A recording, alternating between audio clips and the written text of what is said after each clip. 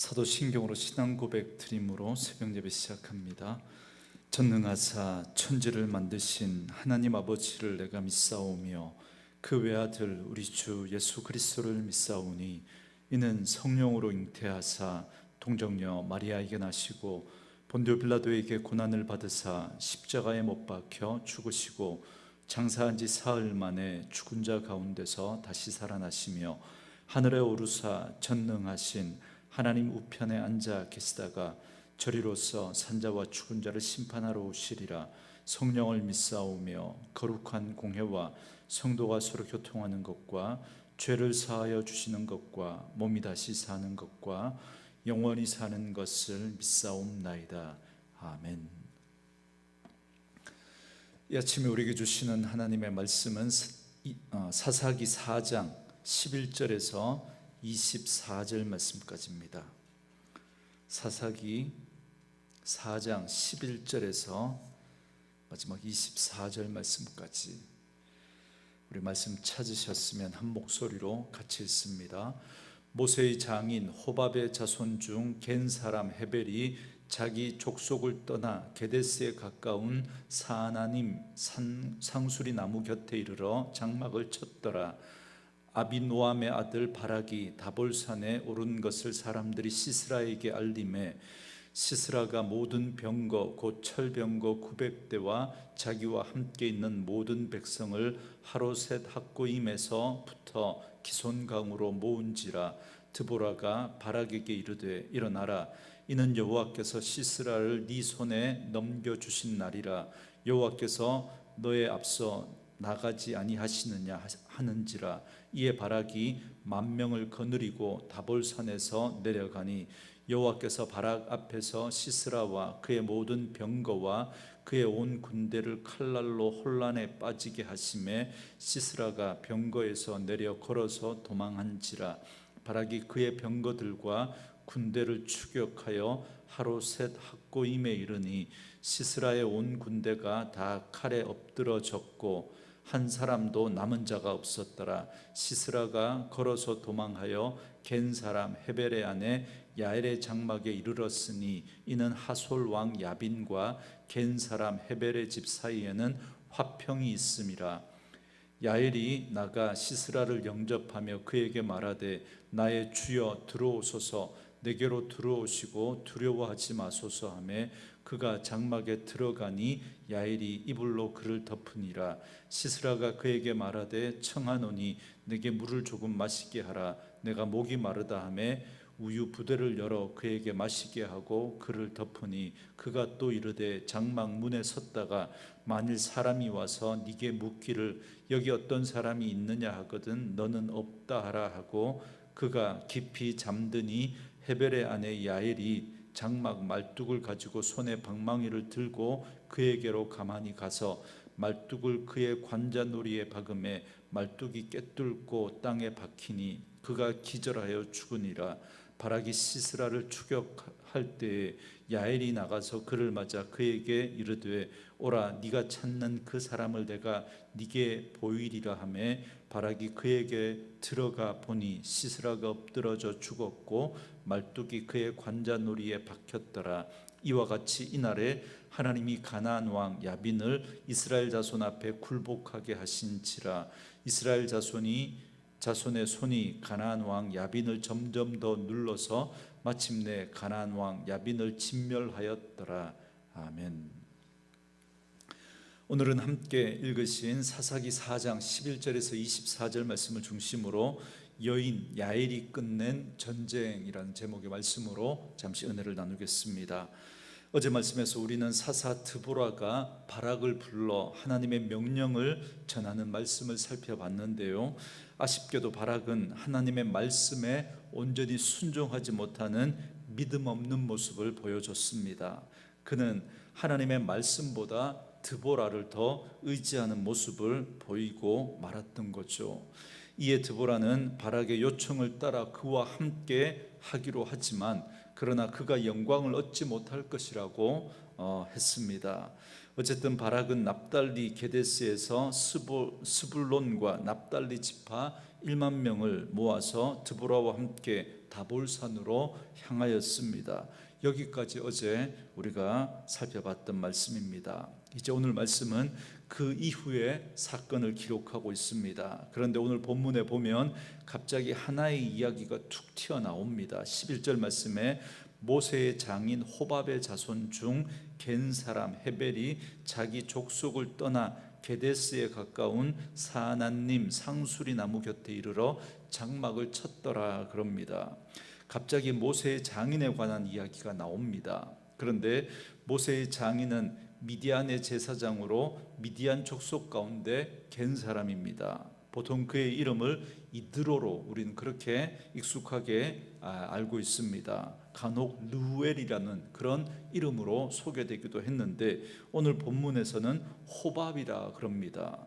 그런데 민수기 10장에 보면 호밥은 르우엘의 아들입니다. 그러니까 이드로의 아들인 거죠. 그렇기 때문에 오늘 본문에 나타난 이 호밥은 모세의 장인이 아니라 사실은 그의 아들이고 모세의 처남이었던 겁니다. 모세는 그의 장인 이드로에게 이스라엘 백성과 함께 가나안 땅으로 가기를 권했었습니다. 그런데 이드로는 이를 거절하고 미디안으로 다시 돌아갔습니다. 그러나 아마 이때 호밥은 그의 아버지와는 다르게 이스라엘 백성들과 함께 가나안으로 갔던 것으로 보입니다. 그래서 그의 자손들은 가나안에 정착하게 되었고 그 가운데 헤벨이라는 사람이 게데스 가까운 곳에 거주하며 살았던 겁니다. 헤벨이 어떻게 이곳에 장막을 치게 되었는지 그 이유는 알 수 없지만 중요한 건 이후에 헤벨의 아내 야엘이라고 하는 여인이 하솔 왕 야빈의 군대 장관 시스라를 죽이게 됩니다. 그래서 그 사실을 암시하는 복선으로 미리 11절에서 헤벨에 대한 이야기를 기록해 놓고 있습니다. 그리고 본문은 이제 바락과 시스라의 전투를 본격적으로 말해줍니다. 바락이 군사를 이끌고 다볼산에 올라가자 시스라는 700대의 철병거를 이끌고 기손강으로 향합니다. 이때 드보라가 일어나 바락에게 명령합니다. 14절 말씀에 드보라가 바락에게 이르되 일어나라. 이는 여호와께서 시스라를 네 손에 넘겨주신 날이라. 여호와께서 너의 앞서 나가지 아니하시느냐 하는지라. 이에 바락이 10,000명을 거느리고 다볼산에서 내려가니 그럽니다. 드보라의 명령에 바락은 일제히 군사를 거느리고 산 아래를 향해서 돌진합니다. 그런데 어떻게 되었습니까? 15절에 보니까 여호와께서 바락 앞에서 시스라와 그의 모든 병거와 그의 온 군대를 칼날로 혼란에 빠지게 하심에 시스라가 병거에서 내려 걸어서 도망한지라 그럽니다. 하나님이 시스라와 그의 모든 병거와 군대를 혼란에 빠지게 하십니다. 그래서 시스라는 병거를 버리고 도망치기에 급급합니다. 우리는 이 승리에 대해서 따로 설명할 필요가 없습니다. 하나님이 이기게 하시는데 무슨 이유와 설명이 필요하겠습니까? 하나님이 함께 하시고 능력을 주시면 한 사람이 1000명도 쫓아낼 수 있습니다. 그런데 성경학자들은 이 전쟁터가 기손강이라고 하는 이 사실에 주목을 합니다. 하나님이 드보라와 바락을 다볼산에 두셔서 그 아래 기손강으로 시스라와 그 병거들을 유인하셨다는 겁니다. 어제도 말씀드린 것처럼 무거운 이 철 병거는 강력한 힘을 발휘하지만 그러나 산지에서는 무용지물입니다. 그리고 또한 진흙탕에서도 마찬가지죠. 거기에 빠져버리면 꼼짝할 수도 없는 그런 무용지물이 돼버리고 맙니다. 그렇게 되면 병거는 오히려 짐만 되고 방해만 될 뿐입니다. 그런데 여러분 다음 5장에 보면 이 드보라의 노래가 나오는데요. 그 노래 가운데 5장 21절에 보면 기손강은 그 무리를 표류시켰으니라고 그렇게 드보라가 노래합니다. 이걸 보면 하나님이 갑자기 비를 내리신 겁니다. 그러니까 그 기손강이 범람하면서 그 주변이 온통 진흙탕이 되어버렸던 거죠. 그래서 시스라의 군대는 그 진흙탕에 빠져서 허우적거리고 있을 때 산 위에서 달려나오는 이스라엘 군사들에게 속수무책으로 당할 수밖에 없었던 겁니다. 그런데 사실 이보다 더 중요한 건 이 전투 장면입니다. 14절과 15절은 이 전투에 대해서 묘사하고 있는 말씀인데요, 길지 않지만 가장 중요한 점을 설명하고 있습니다. 바로 하나님이 앞서 나가셔서 싸우셨다라는 것입니다. 바락과 그의 군대가 따라가고 추격하기도 했지만 하나님이 앞서서 싸우셨다는 겁니다. 그래서 시스라의 군대는 전멸했던 거죠. 이처럼 하나님은 자기 백성을 위해서 앞서 싸우시는 분이십니다. 마찬가지로 오늘 우리가 세상 속에서 살아갈 때 그리스도의 군사로 부름받은 영적인 전쟁을 우리가 치를 때 하나님은 우리를 위해서 싸우시는 분이십니다. 우리를 위해서 앞서 싸우시는 분이신 거죠. 그러므로 우리는 하나님의 명령에 순종해서 그 전쟁에 참여하기만 하면 하나님은 앞서 싸우시기 때문에 우리가 그 하나님을 뒤따라가며 우리는 승리할 수 있습니다. 그렇기 때문에 그리스도의 좋은 군사가 되어 날마다 말씀으로 순종하며 그 하나님의 승리를 경험하며 살아가는 저와 여러분들의 삶이 되어줄 수 있기를 주의 이름으로 축원합니다.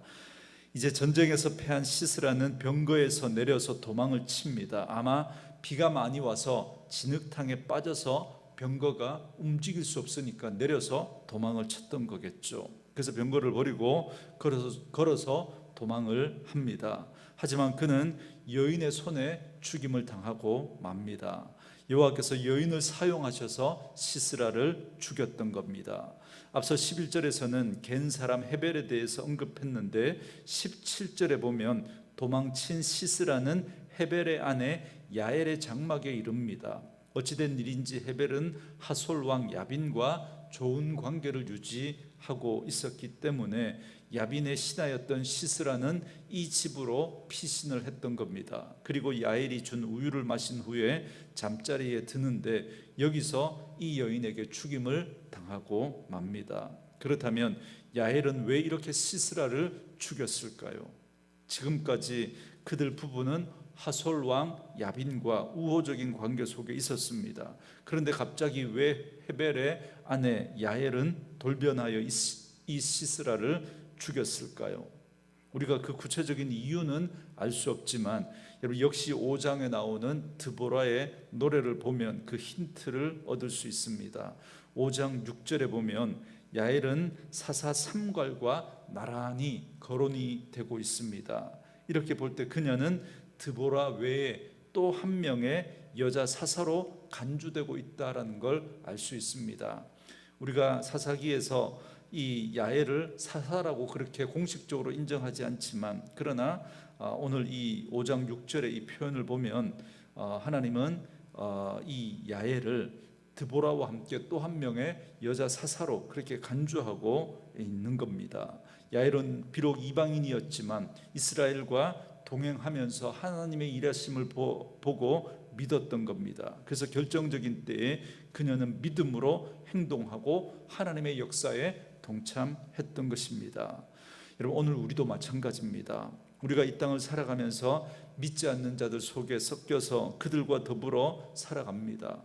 때로는 우리의 믿음이 부족하고 연약해서 그들 속에 섞여 살면서 잘 드러나지도 못하고 믿음 없는 것처럼 그렇게 살아갈 때도 있을 수 있습니다. 그렇지만 하나님은 온 세상을 주관하고 계시는 하나님이라는 사실을 우리는 늘 잊지 말아야 합니다.